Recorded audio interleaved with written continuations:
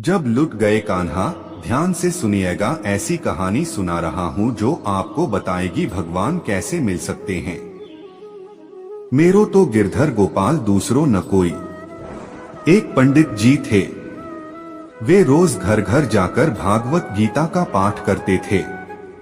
एक दिन उन्हें एक चोर ने पकड़ लिया और कहा, तेरे पास जो कुछ भी है मुझे दे दो। तब पंडित जी बोले कि बेटा, मेरे पास कुछ भी नहीं है।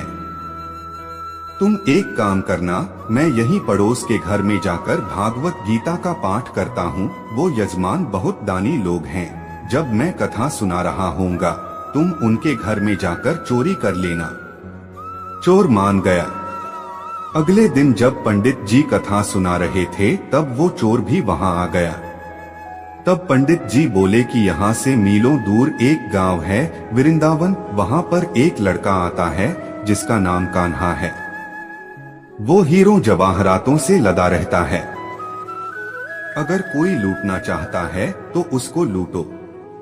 वो रोज रात को उस पीपल के पेड़ के नीचे आता है जिसके आसपास बहुत सी झाड़ियां हैं। चोर ने ये सुना और खुशी खुशी वहां से चला गया। वो चोर अपने घर गया और अपनी बीवी से बोला कि आज मैं एक कान्हा नाम के बच्चे को लूटने जा रहा हूँ। मुझे रास्ते में खाने के लिए कुछ बांध कर दे दो। पत्नी ने कुछ सत्तू उसको दे दिया और कहा कि बस यही है जो कुछ भी है। चोर वहां से ये संकल्प लेकर चला कि अब तो मैं उस कान्हा को लूट के ही आऊंगा। वो पैदल ही पैदल टूटे चप्पल में ही वहां से चल पड़ा। रास्ते में कान्हा का नाम लेते हुए वो अगले दिन शाम को वहां पहुंचा, जो जगह उसे पंडित जी ने बताई थी। अब वहां पहुंचकर उसने सोचा कि अगर मैं यहीं सामने खड़ा हो गया तो बच्चा मुझे देखकर भाग जाएगा, तो मेरा यहाँ आना बेकार हो जाएगा। इसलिए उसने सोचा क्यों न पास वाली झाड़ियों में ही छुप जाऊं। वो जैसे ही झाड़ियों में घुसा, झाड़ियों के कांटे उसे चुभने लगे। उस समय उसके मुंह से एक ही आवाज आई, कान्हा कान्हा। उसका शरीर लहूलुहान हो गया, पर मुंह से सिर्फ यही निकला, कान्हा आ जाओ, कान्हा आ जाओ। अपने भक्त की ऐसी दशा देख के कान्हा जी चल पड़े। तभी रुक्मणी जी बोली कि प्रभु कहाँ जा रहे हो, वो आपको लूट लेगा। प्रभु बोले कि कोई बात नहीं, अपने ऐसे भक्तों के लिए तो मैं लुट जाना तो क्या मिट जाना भी पसंद करूंगा। ठाकुर जी बच्चे का रूप बना के आधी रात को वहां आए। वो जैसे ही पेड़ के पास पहुंचे, चोर एकदम से बाहर आ गया और उन्हें पकड़कर बोला, ओ कान्हा, तूने मुझे बहुत दुखी किया है। अब ये चाकू देख रहा है न, अब चुपचाप अपने सारे गहने मुझे दे दे। कान्हा जी ने हंसते हुए उसे सब कुछ दे दिया। चोर हंसी खुशी अगले दिन अपने गांव में वापस पहुंचा। सबसे पहले उसी जगह गया जहां पर पंडित जी कथा सुना रहे थे।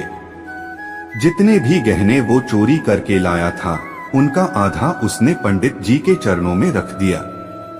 जब पंडित जी ने पूछा कि ये क्या है, तब उसने कहा, आपने ही मुझे उस कान्हा का पता दिया था। मैं उसको लूट के आया हूँ और ये आपका हिस्सा है। पंडित जी ने सुना तो यकीन ही नहीं हुआ।